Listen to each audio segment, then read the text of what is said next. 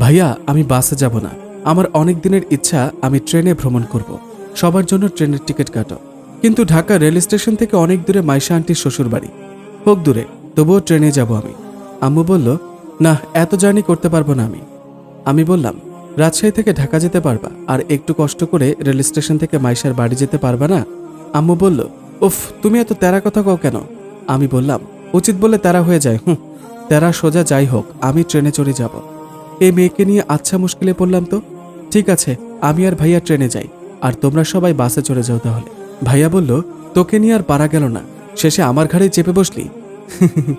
অবশেষে আম্মু, আব্বু, বড় ভাইয়া, ভাবি, মামা, মামি, খালামণি, আঙ্কেল এবং ওনাদের ছেলে মেয়ে সবাই বাসে করে গেল, আর আমি এবং ছোট ভাইয়া ট্রেনে উঠলাম। কি ভাবছেন আমরা সবাই মিলে ঢাকাতে কেন যাচ্ছি? আসলে কাল আঙ্কেল দেশে ফিরবেন, ওনাকে দেখতে যাওয়ার জন্য সবাই মিলে ঢাকার উদ্দেশ্যে বের হয়েছে। বুঝেন এবার? আচ্ছা, বুঝলে বুঝেন, না বুঝলে নাই, আপনাদের সাথে পরে কথা কমনে। আমি এখন ট্রেনের জানলা দিয়ে প্রাকৃতিক দৃশ্য দেখব। আমি বললাম, ও মা গো। ভাইয়া বলল, কি রে, ট্রেন এত দ্রুত চলে? ট্রেনে না উঠলে জানতেই পারতাম না, বাইরে থেকে মনে হয় কত আসতে যায়, কিন্তু এখন বুঝলাম ধারণাটা ভুল ছিল। গাছপালাগুলো কত দ্রুত পার হয়ে যাচ্ছে, দারুণ লাগছে দেখতে। ভাইয়া বলল, 1000 টাকা দিয়ে এবার। ভাইয়ার কথা শুনে ভ্রু কুচকে প্রশ্ন করলাম, 1000 টাকা কেন দিব? ভাইয়া বলল, আমার জন্যই তো এসব দেখতে পাচ্ছিস, জানতে পাচ্ছিস, তাই। আমি জোর না করলে কি তুমি আসতে? যেভাবেই হোক এসেছি তো, এবার টাকা দে। আচ্ছা ঠিক আছে, টাকাটা জমা থাক আমার কাছে, তোমার বিয়ের সময় সুদে আসলে দিমুনি। এভাবেই দুই ভাই বোন খুনসুটি করতে করতে পৌঁছে গেলাম মাইশার বাসায়। আজ আঙ্কেল আসবে, সারা বাড়ি লোকজনে ভর্তি, ওই হুল্লোড়ে মুখরিত পুরা বাড়ি। সবাই আজ নানা কাজে ব্যস্ত হয়ে পড়েছে। আমি রান্নাঘরে মাইশা আন্টিকে হেল্প করছি রান্নার কাজে। ভাইয়ারা গেছে আঙ্কেলদের এয়ারপোর্ট থেকে নিয়ে আসার জন্য। আঙ্কেল এখন পুরোপুরি সুস্থ, তবে ডাক্তার বলেছে কয়েক মাস যেন না হাঁটে। মাইশা আর আঙ্কেল তো এতদিন ধরে আলাদা রুমে থেকেছে, তবে আজ সন্ধ্যায় শাহেদ আঙ্কেলের মা মাইশাকে বলেছে শাহেদ আঙ্কেলের রুমে যেন আজ থেকে ঘুমায়।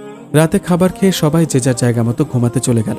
মাইশা পড়ল বিপাকে, শাহেদের রুমের দরজার কাছে দাঁড়িয়ে ভাবছে রুমের ভেতরে যাবে কিনা। উফ আল্লাহ, কি যে করি, কেন যে মা আমাকে এখানে থাকতে বললেন। ধুর, ভালো লাগে না, ওনার সামনে যেতে কেমন জানি লাগছে। কি করি? পেয়েছি, আশুর যে রুমে আছে এই রুমে ঘুমিয়ে পড়ি গিয়ে। কি ব্যাপার, সারা রাত বাইরে দাঁড়িয়ে থেকে কাটাবে নাকি? শাহেদের কথা শুনে চমকে উঠল মাইশা। পেছন ফিরে তাকিয়ে দেখে শাহেদ দরজার কাছে দাঁড়িয়ে আছে। আসলে মাইশা শাহেদের রুমে দরজা যেদিকে তার উল্টো দিকে তাকিয়ে কথাগুলো ভাবছিল, তাই সে বুঝতে পারেনি যে কেউ একজন তার পেছনে দাঁড়িয়ে আছে।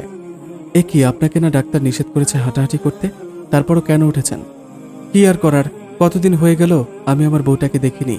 বাসায় আসার পর থেকে সবাই আমাকে নিয়ে ব্যস্ত হয়ে পড়ল, যার কারণে তোমাকে ভালোভাবে দেখার সুযোগ পেলাম না। এখন দেখব বলে কতক্ষণ ধরে বসে বসে ওয়েট করছিলাম, কিন্তু মহারানীর আসার কোনো নাম নেই, তাই। হয়েছে, যা বুঝার বুঝেছি, আর বলতে হবে না। দাঁড়িয়ে থেকে আর বকবক করতে হবে না, এবার ভেতরে চলুন। যথাজ্ঞা মহারানী। রুমের ভেতরে প্রবেশ করে। আপনি খাটে ঘুমান, আমি সোফাতে ঘুমাচ্ছি। মাইশার কথা শুনে অবাক হয়ে প্রশ্ন করল শাহেদ, মানে? বাংলায় তো বললাম, আবার কি মানে বলবো? আরে ভাই, দুজন আলাদা কেন ঘুমাবো, এসবের মানেটা কি? আমি আপনার ভাই নাকি? দূর চাই, ওটা তো কথার কথা বলেছে। যাই হোক, আলাদা কেন ঘুমাবো সেটা বলো। আমি কি পরপুরুষ নাকি যার জন্য আলাদা ঘুমাবে? ধরতে গেলে তাই। কারণ আমাকে যখন বিয়ে করেছিলেন তখন আপনি রাজি ছিলেন না, কি জানি কবুল বলেছিলেন কিনা। তাই আমি চাই আমাদের আবার নতুন করে বিয়ে হোক, তারপর একসঙ্গে থাকবো।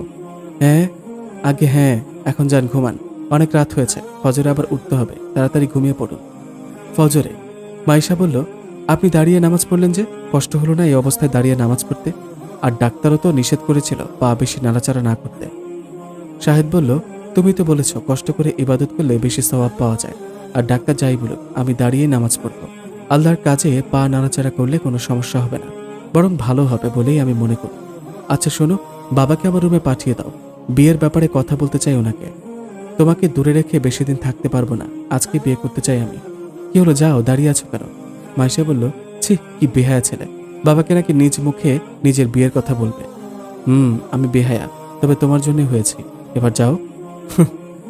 শাহেদের বাবা বলল, কিরে, তুই নাকি আমাকে ডেকেছিস? বাবা, তোমাকে একটা কথা বলতে চাই। কি কথা? বাবা, আমি বিয়ে করতে চাই। শাহেদের কথা শুনে প্রচন্ড রেগে গেলেন তার বাবা, চোখ রাঙিয়ে বললেন, কি, তোর এত বড় সাহস, ঘরে বউ রেখে আরেকটা বিয়ে করতে চাস?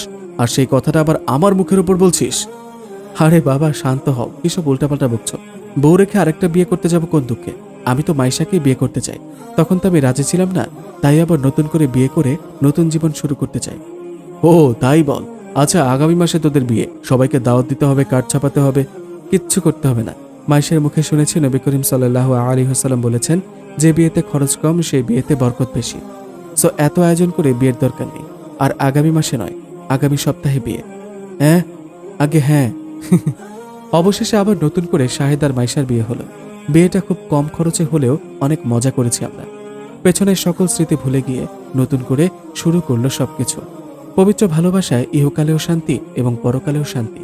ইহকালে অস্থায়ী হলেও পরকালে চিরস্থায়ী। অন্য ফরজ ইবাদতের মতো পূর্ণ পর্দাও ফরজ ইবাদত, যা অবশ্যই পালন করতে হবে। মহান আল্লাহ মুমিনদের পরীক্ষা করবেন, তাই আমাদের ধৈর্য ধরতে হবে এবং আল্লাহর কাছে সাহায্য চাইতে হবে। কখনো হতাশ বা আল্লাহর ওপর নিরাশ হওয়া যাবে না। সবসময় তার নিয়ামতের শুকরিয়া আদায় করতে হবে। আর হ্যাঁ, এই গল্প থেকে কি কি শিক্ষা পেলেন তা একটু কষ্ট করে কমেন্ট করবেন এবং গল্পটি কেমন লেগেছে তা অবশ্যই জানাবেন। ধন্যবাদ।